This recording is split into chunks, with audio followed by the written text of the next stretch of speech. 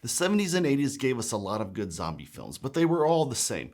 Serious, silent zombies, slow-moving zombies. So imagine a kid growing up in 1985 and The Return of the Living Dead comes around. Suddenly the soundtrack is punk rock, it's cool, it's hip. The zombies are quick, they run, they talk, they scream for brains, and the whole thing isn't so serious anymore. It's actually kind of funny. And that's what they got with 1985's The Return of the Living Dead, directed by Dan O'Bannon. And you can see I'm wearing a shirt because this movie is dope. This is Big Mike and this is Right on Cue, and this is part of the Rewind series where I focus on films that came out at least 25 years ago. And the whole point of this is to A, highlight films that are a little older for my younger audience, and B, just to talk about cool films that I love and that I hope some of you love. So 1985 rolls around, and if you've been growing up in the 60s, 70s, and 80s, you're pretty used to zombie movies. You have the George A. Romero zombie movies, you have the Italian zombie movies, but Dan O'Bannon decided to do something a little different with his 1985 film, The Return of the Living Dead. And today we're going to talk about why it's still so good 40 years later. Now, you know Right on Cue is a high-tech channel, right? So I got my pen and paper notes because that's how we do it. Before we go any further, let me remind you all, I am not a film critic and this is not a deep film analysis. I am not going to break down the film, break down every scene, break down the metaphors, break down what this means, what that means, because you may not be aware that this film, as of October 2025, is streaming for free on Amazon Prime, and I also believe on AMC Plus if you have that. So it's a good chance to revisit this cult classic. This is a great film to watch around Halloween and spooky season. It's fun to watch with a group. It is amusing, it is entertaining. You can turn your brain off for a little bit and enjoy. You don't have to worry about the social commentary or anything like that. It's just a good time. So let's dive in. The Return of the Living Dead stars Clu Gulager as Bert, James Cameron as Frank, Don Calfa as Ernie, Tom Matthews as Freddy, Beverly Randolph as Tina, his girlfriend, Freddy's girlfriend, and Linnea Quigley as Trash, the punker. I bring her up because she's in a lot of these 80s horror films that I like. The first thing everyone talks about is this is a punk film through and through. From the soundtrack, you have songs from The Cramps, 45 Grave, The Damned, TSOL, True Sounds of Liberty, and SSQ. I am not the biggest punk rock fan personally, but I know these are big names. I know people love punk rock, and I know this is a reason some of you watch it. So I just wanted to highlight that. But I'm not gonna go into too much detail about those bands because I don't know a ton about them. Let me give you a quick rundown of the plot in case you forgot or you haven't seen this film. The film starts with Frank and Freddy. They are two warehouse workers in Louisville, Kentucky, and they are working and they're talking, they're goofing off, and Frank tells them about the fact that Night of the Living Dead is based on a true story, that actually happened, and he tells them that once everything was settled down, the military actually sent one of the corpses locked in a tight seal to the warehouse where they work. Freddy doesn't believe him, of course, but then Frank takes him downstairs. He shows him this barrel with this body inside. He cleans it a little bit, he hits it, something happens, it sprays them with noxious gas, and they're knocked unconscious. Cue credits, cool music. We see this gas escape in the warehouse, and it starts bringing cadavers and other things to life. Now, these bumbling idiots, Frank and Freddy, they call their boss Bert. The three of them go out to try and stop this reanimated corpse that is now alive and trying to kill them. And what they find is these zombies are quick, they're strong, and they're really hard to kill. Forget the whole dismember the brain thing, that doesn't work. They cut the head off, they stick a spike in the guy's head, still alive. They cut off an arm, the arm's moving. These are tough zombies. Tina, who is Freddy's girlfriend, and a bunch of her friends, a bunch of punk rockers, they come by to hang out with Freddy. While he's still working, they go to a cemetery just across the street to hang out and party like punk people do, I guess. And while Frank and Freddy and Bert are dealing with the corpse in there, the punks are partying. There's a very famous scene with Linnea Quigley, who plays Trash. She gets really frisky and decides to dance on a grave in the cemetery, and some clothes start coming off. If you know Linnea Quigley, she oftentimes had some clothing come off in some of these 80 horror films. This is a really iconic scene, a really iconic dance scene.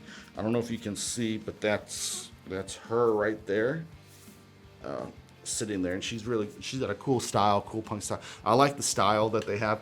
And she does a dance. Bert, Frank, and Freddie realize they cannot dispose of this body.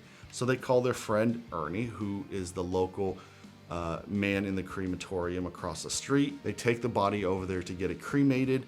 They burn it to smithereens. Smoke goes up through the chimney. It starts raining. It spreads the smoke and the gas all through the cemetery, and all the corpses start rising. From there, it's just a matter of survival. Freddie and Frank are slowly getting sicker and sicker because they breathe in this gas. The zombies are coming out, and it's just chaos the rest of the way. There's a couple very famous scenes in this film that I want to talk about, and characters. First, this movie introduced Tarman. He is the zombie in the drum, and he is nasty and he's gooey, and the special effects and the makeup on this thing are amazing. And what I really like about Tarman is because in this film, which is really silly, really campy, really goofy, there are some genuine scary moments with him, because Tina goes looking for Freddie. She's by herself. She goes into the basement of this warehouse, and this nasty zombie starts coming at her, and she's terrified. She's hiding from it, and it's just shambling and oozing its way to her. She tries to escape up the stairs. She falls through. So there are some genuine creepy moments in this film, and that is one of them. Tarman is one of the better zombies that you'll know. The zombies in this film are fairly smart, which is pretty unique for the time. Now, 1985 also saw Day of the Dead, which had Bub the zombie, who was also kind of a smarter zombie. So this device had been thought about, and it had been introduced around that time. I already mentioned the famous graveyard dance. I can't really talk too much about it or show it on YouTube because of the lack of clothing, let's just say. I don't know, if I go to a cemetery dancing, like, that's not the first thing I would do, but if a hot chick was doing it, I would definitely watch and enjoy myself. The final act of the film basically sees the group separated in two. Some of the cast are in the crematorium in the cemetery, and the other half are in the warehouse, and they're all trying to survive, and it's just zombies are coming after them. These are fat zombies, and they talk and they scream for brains. Police show up, paramedics show up, nothing can stop these zombies. There's a famous scene where they actually capture the upper torso of a decaying zombie, and they lay her on a table, and she's talking to them, and she's saying it hurts to be dead. And the reason that they crave brains so much is that it's the only way that they can temporarily relieve their pain. So it gives the zombies a motivation of why they crave brains so much, but it's also horrifying because, nothing will stop them. That's the only thing they want. It's the only thing driving them. And because they have a need, a desire, and a goal, they have this drive that most regular zombies in other films don't, where they're just shambling and they're going to whatever sound or visual stimuli there is. These zombies have a specific goal. They need the brains to quell the pain that they're feeling from being dead. So like I said, this film is available streaming on Amazon Prime. It is fun, it is great, it is short, so you'll be able to get in, get out.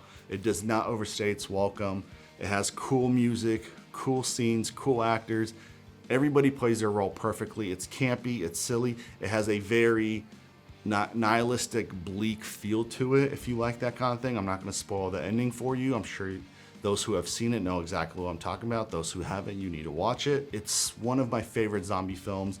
I'm not a huge fan of the zombie and the horror comedy mismatched genre, but there are some films like this, Shaun of the Dead, and some others that do it really well. So if I had to rate this film on a scale of 1 to 10, on IMDb, this currently holds a 7.3 as of this filming.